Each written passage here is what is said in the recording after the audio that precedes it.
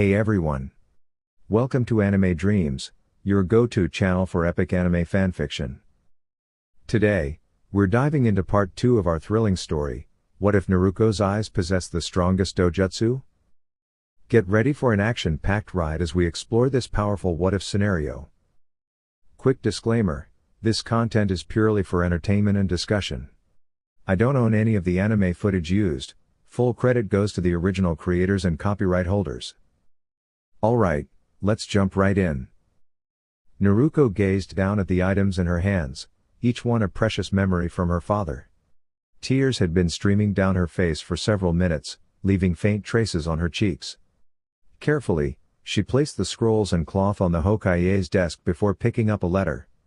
As she unfolded the paper, she noticed a small photograph attached to the corner. The image showed a tall blond man in a jounin vest with his arm wrapped around a shorter woman with vibrant red hair. She immediately recognized the man. He was the fourth Hokage, her father. As for the woman beside him, she could only assume she was her mother. Gently setting the photograph aside, Naruko turned her attention to the letter. The handwriting was slightly messy but still readable. Taking a deep breath, she prepared herself for whatever words lay ahead. My dearest Naruko. If you are reading this, then I am no longer with you. I do not know if you have awakened your Sharingan yet, but if you have, I can only assume the Hokage has called Itachi back to the village to train you alongside Kakashi. You likely have many questions, and I will answer them as best I can. By now, you must have discovered the truth about the spirit within you. I sealed the 9 tails inside you because you are my daughter, and I believed in your strength. I knew you could learn to harness its chakra, but doing so will not be easy. You must find a way to either work together with the fox or learn to separate its chakra from it. Your Sharingan will aid you in this. I am sure you are wondering where your Sharingan came from. Your grandmother, my mother, was an Uchiha, the daughter of one of the most powerful figures in that clan. My own Sharingan was one of the village's best kept secrets, and yours should be as well. I fear that if people learn you are both my child and the great-granddaughter of Uchiha Madara, they may treat you unfairly. Yes, the same Madara Uchiha who once stood against the first Hokage is your ancestor. However, do not view this as something to be ashamed of.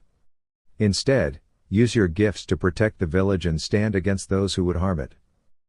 Madara is still out there. Though I do not know how, he has survived and continues to plot against Konoha. Both your mother and I lost our lives because of his actions. Speaking of your mother, Uzumaki Kushina, though she should be remembered as Namikaze Kushina. She was known as the fiery red hot-blooded habanero of Konoha. A powerful kunoichi, and an even more incredible wife and mother. She would be so proud of you. And so am I.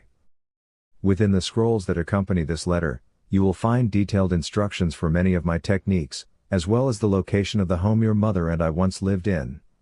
If the third Hokage fulfilled my request, it should still be untouched. I believe you are capable of mastering my techniques, as I could sense your natural talents before you were even born. I am sorry that you must carry such a heavy responsibility, but I could not ask another parent to make the ultimate sacrifice for their child. No matter what path you choose, always remember that your mother and I love you deeply. With all my heart. Namikaze Minato. Naruko slowly set the letter down, her eyes now dry, her expression firm with determination. Without hesitation, she gathered the scrolls and sealed them into a storage seal on her arm, a trick she had learned while observing a jounin. She then unfurled the cloth, revealing the jacket her father had once worn. Folding it neatly, she sealed it away before heading toward the door. Meanwhile, outside the room, Sasuke stood beside Itachi, his sharp gaze locked onto his older brother. Itachi, however, remained composed, silently observing him. The others in the room braced themselves, expecting an outburst of frustration from Sasuke, but what happened next surprised everyone. Without warning, Sasuke stepped forward and buried his face into Itachi's chest, his body shaking as heart-wrenching sobs escaped him. His voice trembled as he spoke between his tears. Why? Why did you leave me alone?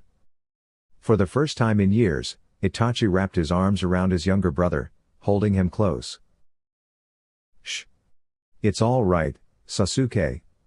I had to leave, but I'm here now. The group watched as Sasuke finally let years of bottled-up emotions surface. The sound of a door opening drew everyone's attention, including Sasuke's, as Naruko stepped out. Kakashi glanced at Itachi when he noticed the expression on Naruko's face. As she looked toward the Hokage, her voice was steady but firm. "Ji-san, I'll be moving into my father's house as soon as possible. I have a lot of training ahead of me, and not much time to complete it." Sarutobi nodded thoughtfully. "Was there anything in there that you want us to know?" Naruko briefly glanced at the Uchiha brothers before nodding. "I found out that my mother was Uzumaki Kushina, and that my father's mother was the daughter of Uchiha Madara." Gasps of surprise filled the room at the revelation. The idea that Konoha's greatest adversary was Naruko's ancestor left everyone momentarily stunned. Sarutobi quickly regained his composure and surveyed the reactions before returning his gaze to Naruko. "Was there anything else?" Naruko's expression grew serious. "Yes. Madara is still alive, and he still wants to bring harm to Konoha." Itachi immediately stood and moved toward the door. "Then we need to begin your training right away. Kakashi, finish gathering your team. I'll assist in whatever way I can." Sarutobi placed a reassuring hand on Naruko's shoulder. "We'll announce your heritage during the Chunin exams. The proctor overseeing the event will handle the details."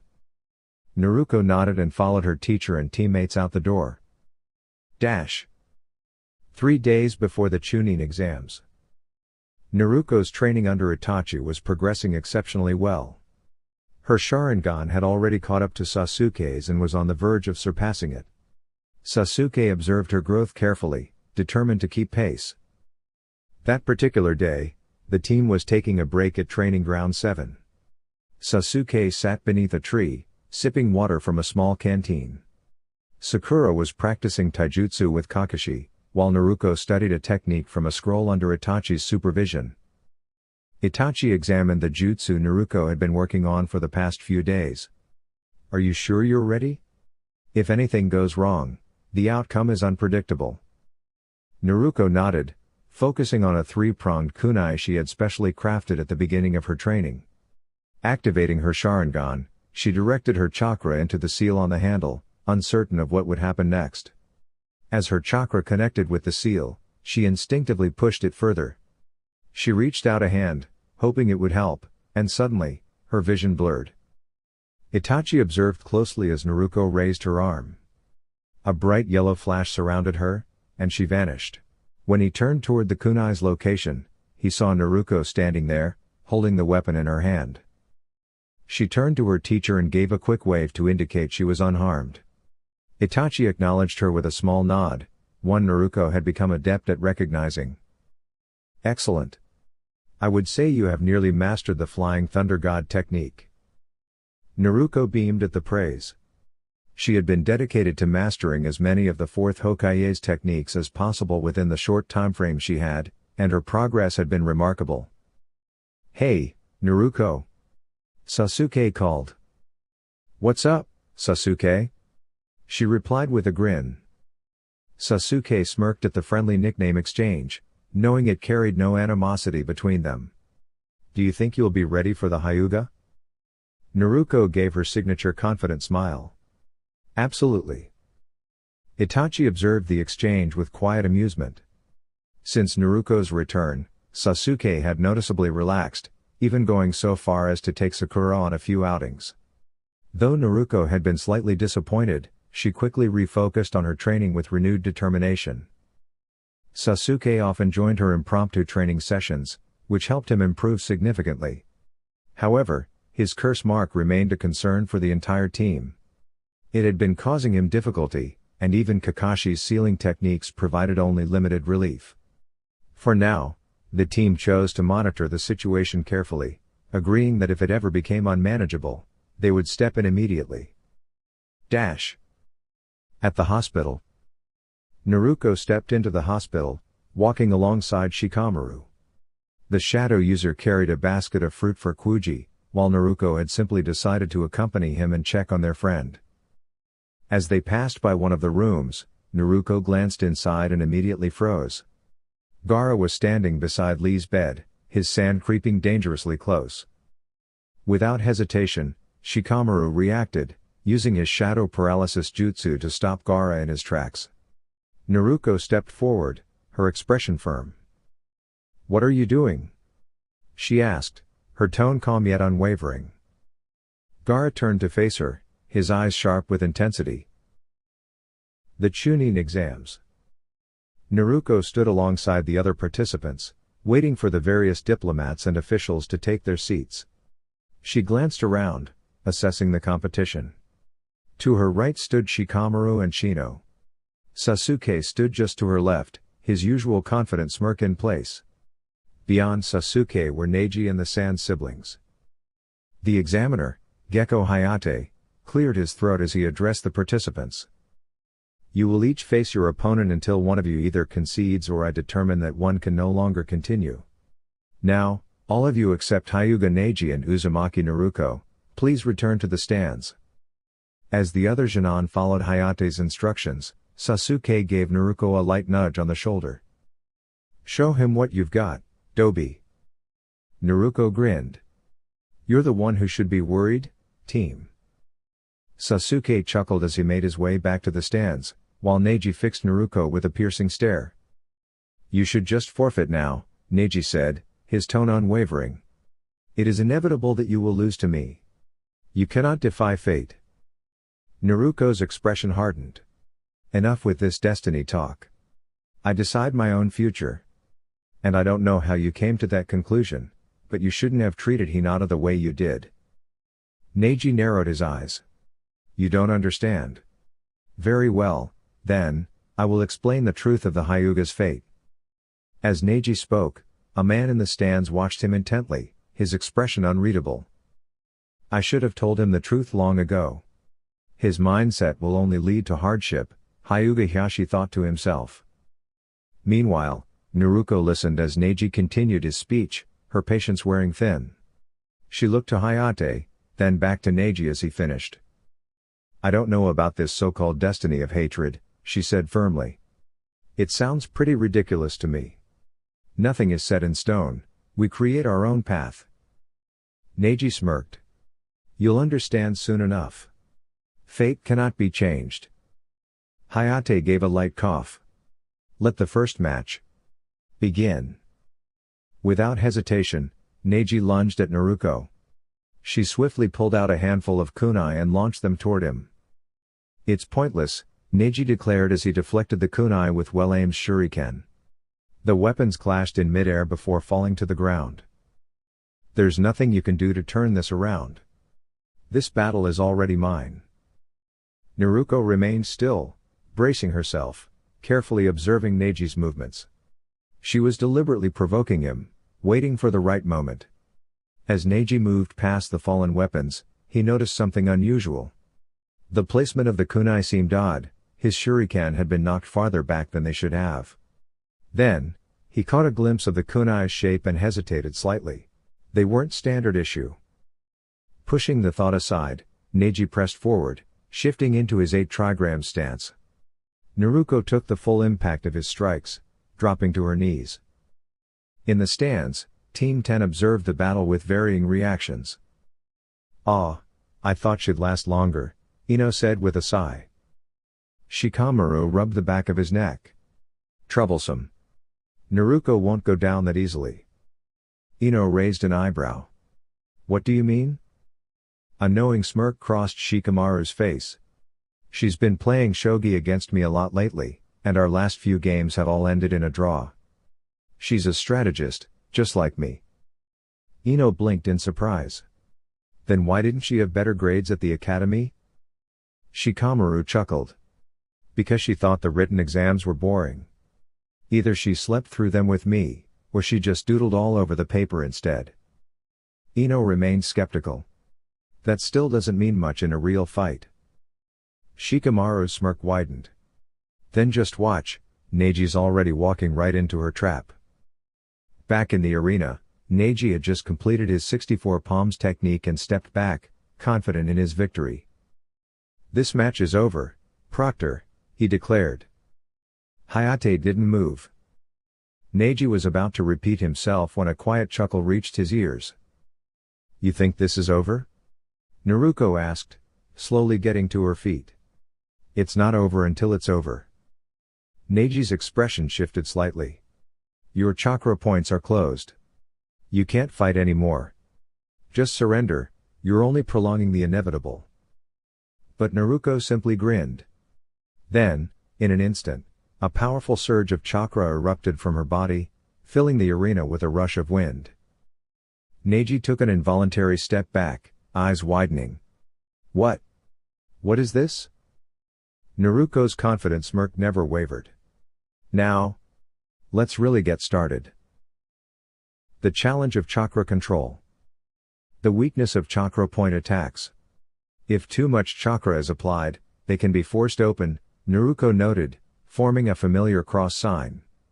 In an instant, dozens of shadow clones appeared, launching themselves toward Neji. He skillfully defended against their attacks, but then his sharp eyes caught something unusual. Naruko had thrown a flurry of weapons into the air, all directed at him. From the stands, Tenten observed the battle closely and smirked. "That won't work on Neji," she remarked confidently. As the kunai rained down, Neji swiftly shifted his stance. "Rotation," he called out, spinning in place and releasing chakra from every point in his body, creating a protective dome that deflected the incoming projectiles. Naruko's grin shifted into a knowing smirk. "That won't be enough to stop me," she said, forming the ram seal again. Instantly, another group of shadow clones materialized and charged at Neji. From the audience, Neji's teammates watched with varying expressions. Tenten remained certain of Neji's victory, but Lee was beginning to have doubts. As Naruko's clones advanced, Neji was gradually forced back from the crater left by his own defensive maneuver. Suddenly, the ground beneath his feet shifted. Naruko had tunneled underground and burst upward, nearly catching him off guard. Neji swiftly leapt back, preparing to strike again, but in the blink of an eye, Naruko vanished in a streak of golden light. "You've fallen right into my trap," she declared. A collective gasp echoed through the arena as the spectators processed what had just happened. Shock rippled through the crowd, but a handful of individuals remained composed. Kakashi, Sasuke, Sakura, Itachi, and Shikamaru watched without surprise. Ino stared in astonishment. "I told you she had a plan," Shikamaru said, his grin widening as his predictions unfolded one after another. Nearby, Hyuga Hyashi sat motionless, eyes fixed on the battle. "She can use Hiraishin? The fourth Hokage's technique," he thought. "Wait. Could it be?" Meanwhile, Naruko stood calmly, focusing her chakra. Her eyes began to shift, the third Tomoe in her Sharingan fully forming. Neji's eyes narrowed as he took in the sight. How does she have the Sharingan?" he wondered. Naruko smirked once more, readying herself for the final exchange. "Get ready, Neji," she said, activating Hiraishin again. The audience watched in awe as Naruko flickered across the battlefield at incredible speed, reappearing beside Neji over and over, landing precise strikes each time. With each successful attack, Neji's movements grew sluggish. Tenten's confidence wavered. At this rate, Neji was in trouble. Even the third Hokage watched in astonishment. When did she master Minato's Flying Thunder God technique? He mused. With one final, well-placed strike, Naruko landed a clean hit to Neji's jaw, sending him flying backward. He hit the ground hard, struggling to stand. How did you defeat me?" Neji asked, still processing what had happened. Naruko met his gaze and replied. "It's simple. You've never truly faced struggle. You don't know what it's like to be seen as a failure." Neji's mind reeled at her words. Could the answer really be that straightforward? He let out a slow breath and, after a brief moment of silence, turned onto his back. "Proctor, I concede." The referee stepped forward, nodding as he made his announcement. Winner, Namikaze Naruko. For a brief moment, silence hung over the arena as the name settled in the minds of the spectators. Then, a single person began clapping. Another followed, then another, until the entire stadium erupted in applause. Naruko didn't turn around to see the cheering crowd. She simply stood at the exit, wiping away the tears that had formed in her eyes, before making her way up to the stands. Shikamaru's mischievous grin had finally faded, much to Ino's relief. However, as Naruko approached the teams, a satisfied smile appeared on her face. "Nice work down there. You pulled off a few new moves you forgot to mention," Naruko chuckled. "Nah, those were the surprises I told you about," Shikamaru replied with a small shrug. "Don't get too overconfident. You might end up facing either the Aburame or that puppet user next round," Sasuke remarked. Naruko gave him a look. "Right, and you're the one who has to go up against Gaara. I'd be more concerned about that than who I'm facing next." Sasuke gave a small nod, turning his attention back to the arena as he waited for the next match to be announced. Naruko turned to walk away and nearly bumped into a stunned Ino. "Are you really a Namikaze?" she asked, still struggling to believe what she had just heard. Sakura stood nearby, her expression mirroring the same shock. Naruko's face grew serious, as though the name stirred something difficult within her. "Yeah," she admitted but chose not to elaborate. Sasuke glanced at his teammate, sensing the weight behind her words. It concerned him, but he pushed the thought aside, he had his own match to focus on. Down in the ring, Hayate scanned the tournament chart. A small chuckle escaped him as he noticed the last Namikaze's name, but he quickly regained his composure. Looking toward the stands, he caught the Hokage's approving nod. "Next match, Aburame Shino vs Sabaku no Kankuro," he announced. Shino was preparing to jump down when Kankuro's voice rang out. "I forfeit." Rolling his eyes and suppressing a cough, Hayate scratched Kankuro's name from the lineup. "All right then. Sabaku no Tamari vs Nara Shikamaru." In the stands, Shikamaru sighed, stretching his arms. "Just my luck. This is your fault, Naruko. You got me all fired up. Why couldn't I have just been a cloud drifting by?" Naruko gave him a teasing grin before giving him a light shove over the railing. "Just get it over with."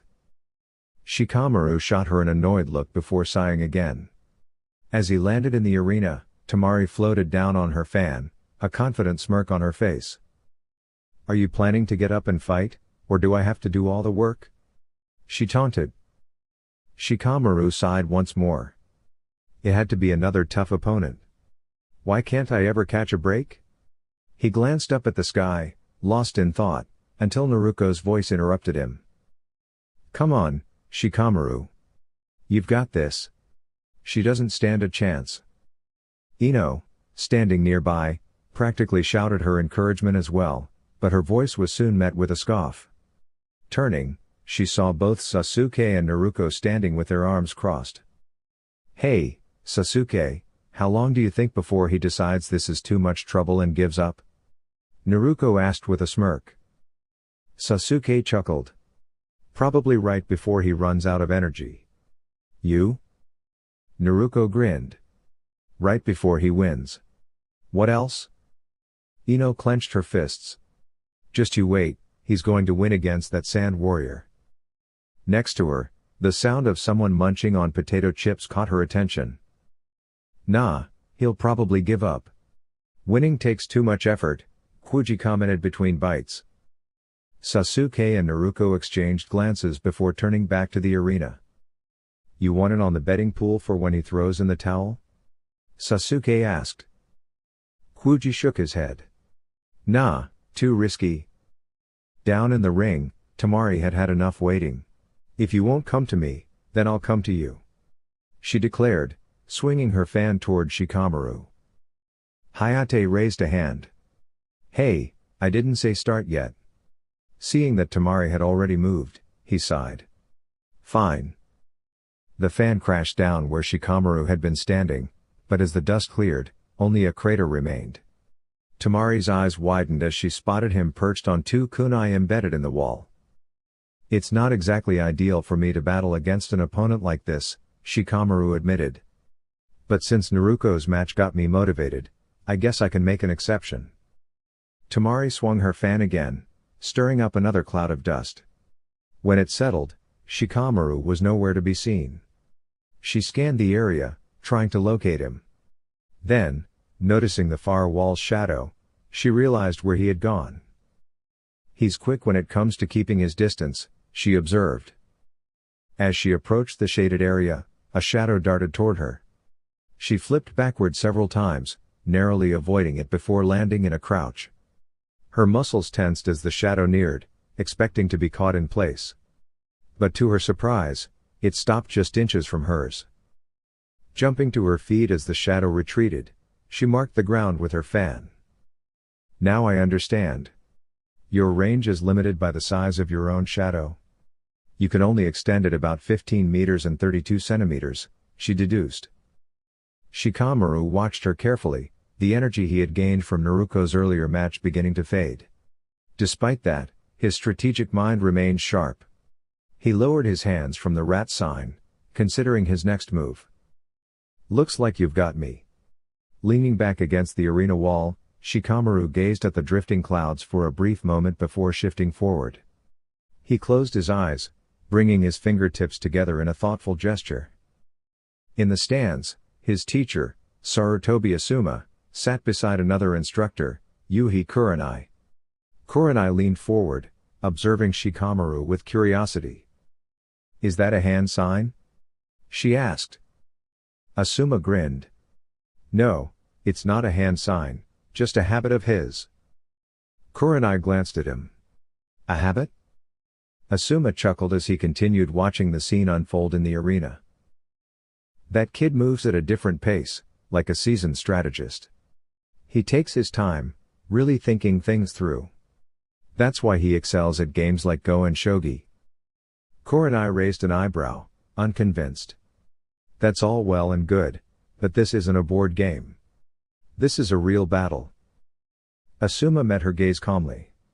The battlefield and a game board have more in common than you think. Every great leader understands that. Shikamaru has the mind of a true strategist. Kurenai's skepticism deepened. Are you sure? I saw the test scores when we divided up the Jinan. His weren't much better than Naruko's. Asuma closed his eyes briefly. He once told me that putting effort into writing answers felt like too much trouble. He'd rather take a nap than sit through an exam. So, I had him take an IQ test disguised as a game. The results surprised even me. Kurenai waited. And? Asuma finally spoke. He scored over 200. Kurenai blinked in disbelief. 200?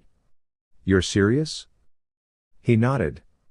That hand sign he's making, it means he's calculating his next move. As Asuma finished speaking, Shikamaru's hands separated, and he stood up, a small grin forming on his face. Tamari frowned. What's he thinking behind that smug look? She gripped her giant fan and swung it, sending powerful gusts of wind toward her opponent. Shikamaru swiftly ducked behind a tree, slipping off his jacket. The windstorm settled, and for a moment, everything was still. Then, from the haze, a kunai shot toward Tamari. She dropped to one knee, blocking the first kunai aimed directly at her, then swiftly deflected another coming from an angle. Her eyes widened as she noticed his shadow stretching toward her. A smirk played on her lips. It won't reach. As long as I stay behind this line, I'm safe. But her confidence wavered as the shadow extended farther than expected. She jumped and dodged, but a small rock shifted beneath her foot, throwing her off balance. The shadow stopped just inches from hers. She quickly scanned her surroundings. I see now. He wasn't just watching me, he was waiting for the sun to lower and extend his range. Shikamaru's expression remained unreadable, which only irritated her more. Tamari. Above you. Kankuro's voice rang out. Looking up, she saw something falling toward her. Realization dawned as she glanced down at the extra shadow cast by a cloth tied to a kunai. She quickly attempted to escape, but the makeshift parachute finally touched the ground, sealing her fate. He's sharp. She planted her fan in front of her, hiding her movements. If I make a distraction with a clone, I can strike from above. She swiftly formed hand signs, but then, in the middle of the sequence, her body froze. What? Why can't I move? Across the arena, Shikamaru straightened. It took some time, but my shadow possession jutsu finally worked. Tamari's eyes widened. Go ahead, take a look behind you, Shikamaru said. I'll allow it. Her head turned unwillingly, and her eyes landed on the source of her capture. The hole? Shikamaru nodded. You should recognize it, it's from the last match, the one with Naruko. Tamari clenched her jaw as realization sank in. While focusing on avoiding the shadows around me, I forgot to account for the ones underground. Shikamaru stopped a few steps in front of her. It took longer to guide you there than I expected, but a solid plan is always adaptable.